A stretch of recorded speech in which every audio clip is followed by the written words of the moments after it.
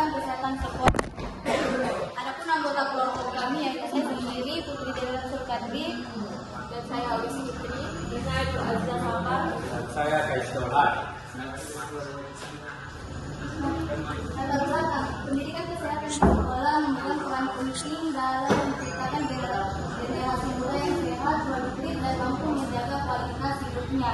Adapun tujuan dari tantangan dan perkembangan masa depan yaitu yang pertama mengkaji berbagai tantangan yang dihadapi dalam pelaksanaan pendidikan kesehatan di sekolah saat ini. Yang kedua, menganalisis perkembangan dan inovasi yang dapat meningkatkan efektivitas pendidikan kesehatan di masa depan.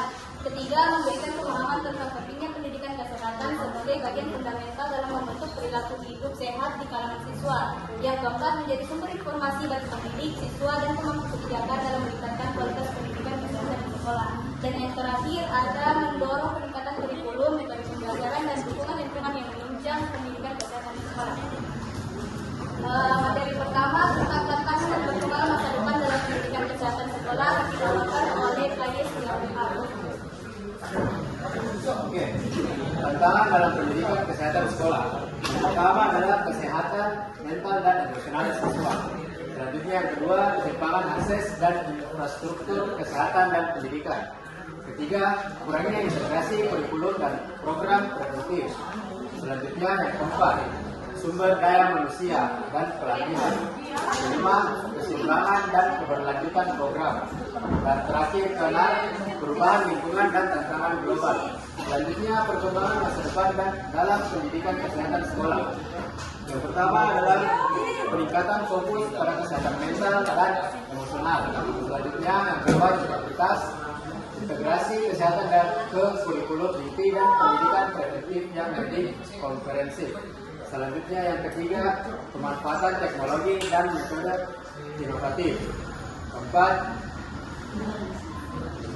ketahanan dan respon terhadap krisis kesehatan. Selanjutnya kelima, penekanan pada equity atau keadilan dan inklusi. Selanjutnya keenam, kebijakan, monitoring dan evaluasi yang lebih baik. Dan yang terakhir, pendanaan dan keberlanjutan finansial. Selanjutnya materi tentang tren masyarakat dan tantangan dan perkembangan masa depan pendidikan kesehatan sekolah yang dibawakan oleh Aulia Syafif.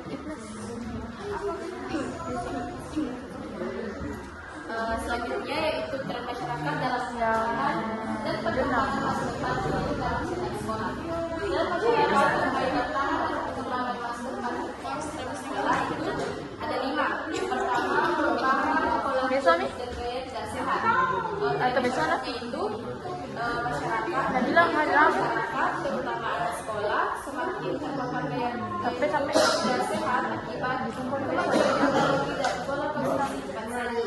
Dan perkembangannya itu ada pendidikan kesehatan sekolah harus menanamkan nilai hidup sehat dan sesuai pada menjadi lebih aktif dan berprestasi. Yang kedua, pengambilan garis terakhir besok. remaja dan perkembangan akademik. Kalau jurnal dan sekarang akademik. Dan belum juga guru dan sekolah sering belum siap harus kepala sebentar ya. siswa karena kurangnya pelatihan dan tenaga personal. Yang ketiga itu digitalisasi pendidikan dan media sosial. Trennya pembelajaran digital dan media sosial ini menjadi bagian dari kehidupan siswa, dan ada pun tantangannya banyak siswa terpapar informasi kesehatan yang keliru atau health misinformation. Yang keempat, krisis kesehatan dan adaptasi sekolah. Trennya itu pandemi COVID-19 mengubah paradigma pendidikan kesehatan sekolah. Perkembangannya itu meloloskan UKS dan pelatihan kesiapsiagaan bencana serta kesehatan lingkungan. Dan yang terakhir itu ada kolaborasi sekolah dan masyarakat komunitas. Akhirnya kesadaran masyarakat menunjukkan bahwa pendidikan kesehatan bukan hanya tanggung jawab sekolah, tetapi juga keluarga dan komunitas. Dan perkembangannya program kolaboratif seperti sekolah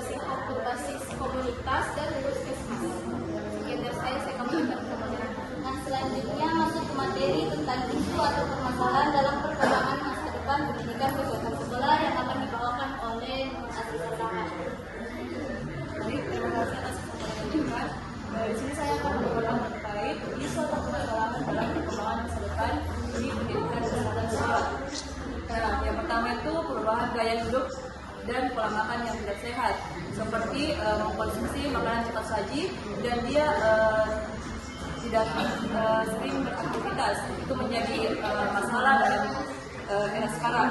Yang kedua itu tingginya masalah kesehatan mental. Nah, stres, kecemasan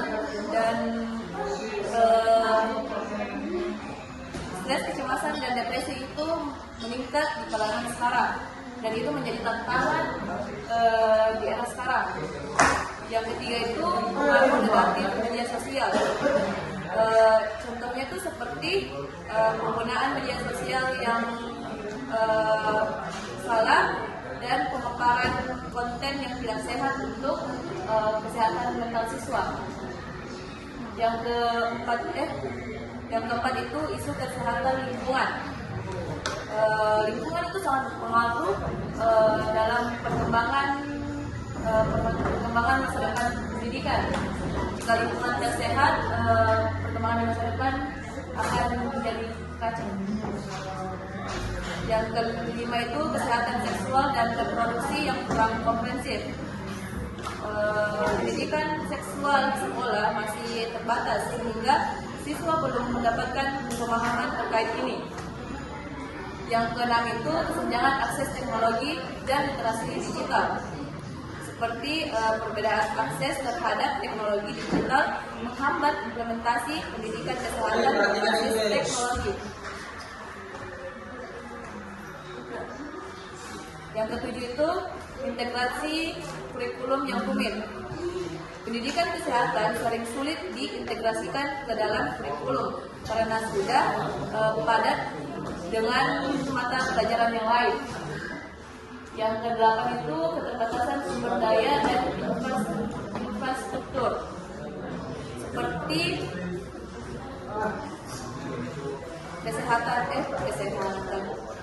keterbatasan dana dan juga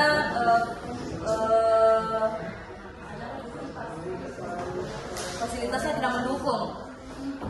Terus kurangnya kolaborasi dan keterlibatan komunitas. Contohnya itu dukungan dari keluarga, masyarakat yang minim untuk siswa. Terus yang ke-10 itu kurangnya materi pembelajaran yang interaktif dan kreatif. Contohnya itu program pendidikan kesehatan masih banyak menggunakan metode konvensional.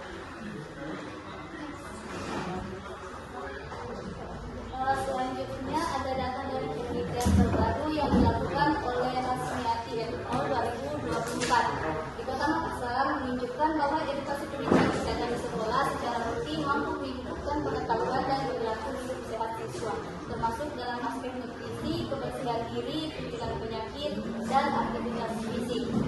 Nah, itu dia tadi penjelasan dari materi kami. Selanjutnya kita masuk ke sesi tanya jawab. Jika ada yang ingin bertanya, silahkan mengajukan pertanyaan. Yang ingin bertanya. Baiklah, kalau tidak ada yang ingin bertanya, saya tutup materi ini dan masuk ke kesimpulan. Nah, pendidikan kesehatan sekolah berperan penting dalam membentuk perilaku hidup sehat yang dini. Namun, pelaksanaannya masih menghadapi tantangan seperti keterbatasan sumber daya, rendahnya kesehatan dan keterbatasan siswa. Kedepan, pendidikan kesehatan perlu dikembangkan melalui fasilitas kurikulum, pemanfaatan teknologi, serta kolaborasi antara sekolah, tenaga kesehatan, dan masyarakat agar lebih efektif dalam berkelanjutan. Baik, itu saja presentasi dari kelompok kami. Kurang dan lebihnya mohon maaf. Wassalamualaikum warahmatullahi wabarakatuh. Waalaikumsalam.